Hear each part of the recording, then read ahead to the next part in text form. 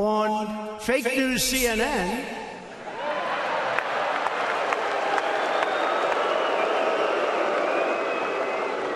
I think NBC may be more distorted and worse, but no, but on CNN, they have a headline.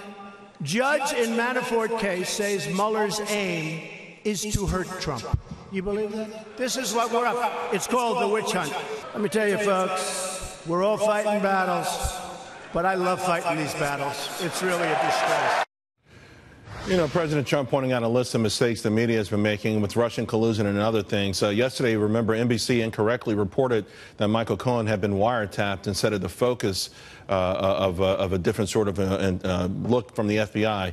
While President Trump says he likes fighting those attacks, and he does very well with them, the media seems to have taken notice because they've shifted. Yesterday, CNN's April Ryan, who says now that Sarah Sanders implied she wanted to physically fight her. Take a listen. You said yourself you were blindsided. I actually didn't use that term. Well, I said it, but you were blindsided from what you said. Well, with all due respect, you actually don't know much about me in terms of what I feel and what I don't.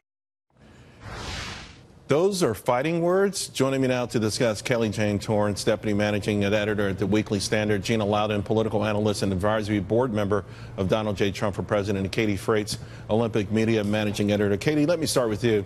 I was shocked. April Ryan went on CNN last night with Don Lemon. She said that response was gutter, it was ghetto, it was fighting words where she's from, and she felt like that was a physical threat.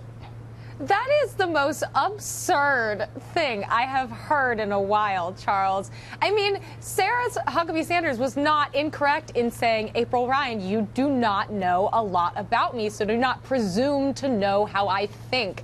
And for her to try to turn that around and say she wants to fight me in the alley, this is Joe Biden and the president all over again. And honestly, it's kind of ridiculous for them to look at the president and attack him for potential things that he may or may not say that are nice or mean, and then turn around and say, well, he did something mean, so we're going to do something mean too, and it's completely justified. Yeah. And it's just, I mean, it's just silly. You know, Gina, I think the CNN political director said that yesterday Sarah Sanders lost all of her credibility.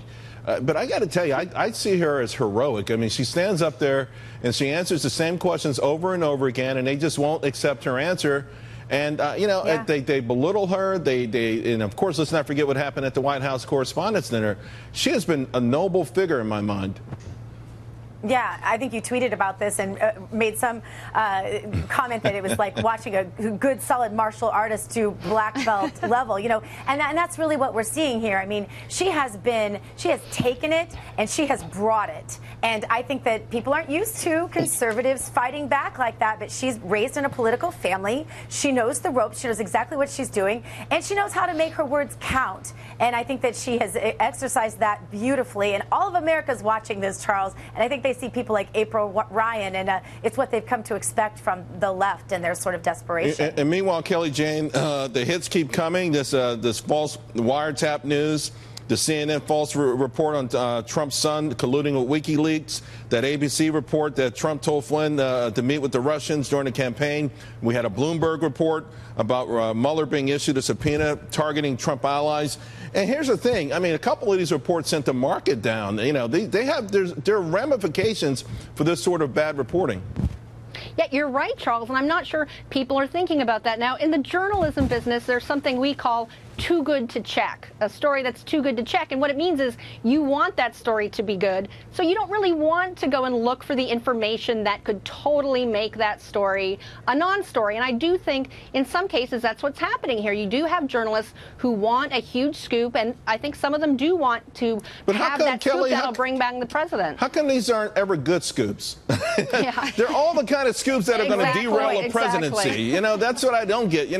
There's never a great scoop out there hey, you know what? I heard the unemployment number is going to be 3.9%. There's never that kind of stuff. Well, notice a lot of it, too, is very self-referential. It's the media loves to talk about itself. And, you know, people like April Ryan, with all respect, her audience is not the American people. Her audience is other reporters.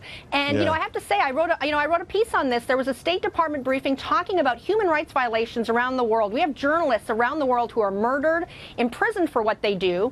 And you had people from Associated Press and CNN asking, well, how can you talk about this? Aren't you hypocrites? Because the president calls us fake news. Right. And, you know, the guy from the State Department said, you know, my friends in Cuba, my journalist friends in Cuba would love it if all they had to face was name calling. Yeah. But it's much worse. And I think the media here don't realize they need to have a little perspective. All you right. know, get a little perspective on this stuff. Ladies, thank you all very much. Have a great weekend.